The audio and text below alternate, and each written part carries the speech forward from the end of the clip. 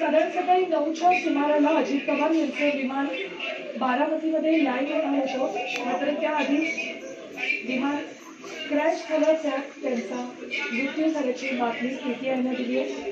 डीजीसीएनं सुद्धा या विमान अपघातामध्ये अजित पवार यांचा मृत्यू झाल्याचं सांगितलंय. राज्याच्या लाडकं नेतृत्व उपमुख्यमंत्री अजित पवार यांचं अपघाती निधन झालं. विमानानं ते बारामतीतल्या प्रचार सभेसाठी येत असताना त्यांच्या विमानाचा लँडिंग दरम्यान अपघात झाला. लोगों को जो किसान अपनी जमीन देता है उसको उतने पैसे मिलेगा, मुझे हाँ कह दिया और पैसा दे दिया। आज बहुत दुखी हूँ मैं, बहुत दुखी हूँ। मुझे हम कभी ऐसी राजनीति नहीं करते। ये जो दुश्मनी वाली राजनीति देश में पैदा हुई है ना, वो नहीं है हमारे पास। हमारे परिवार पे भी बहुत नासंकट है भी है, पार्टी पे भी है। ऐसी स्थिति में उनके साथ में, उनके परिवार के साथ में श्रद्धांजलि अर्पित करता हूं।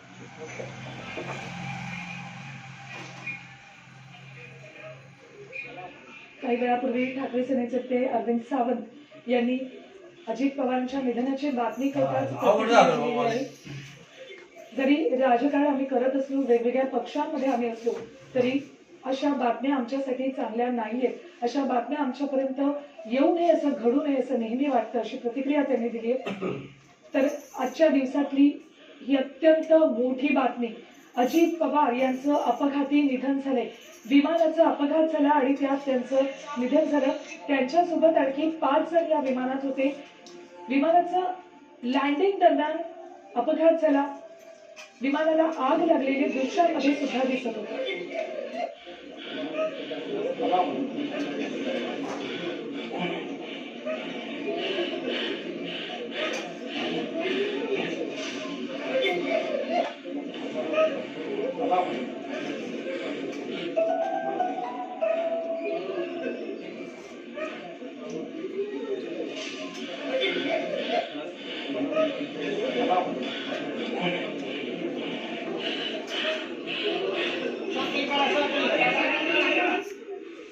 लहान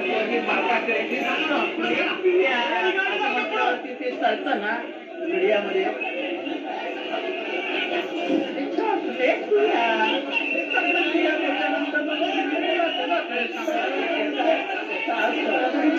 बातमी आपण बघतोय. अजित पवारांच्या विमानाचा अपघात सकाळी झाला होता, तर त्यात त्यांचा मृत्यू झाल्याचं समोर येतं. अजित पवारांच्या विमानाचा बारामतीच्या इथे अपघात झाला. बारामती विमानतळाजवळ राजकीय आणि सामाजिक जीवनातला आजचा काळा दिवस आहे. आज सकाळी जेव्हा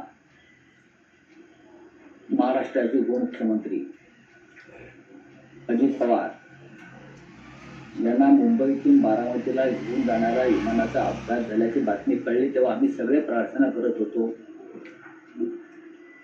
की अशी कोणत्याही प्रकारची बातमी कानावर येऊ नये आणि अजितदादा पवार हे सही सलामत त्या अपघातातून बाहेर यावे.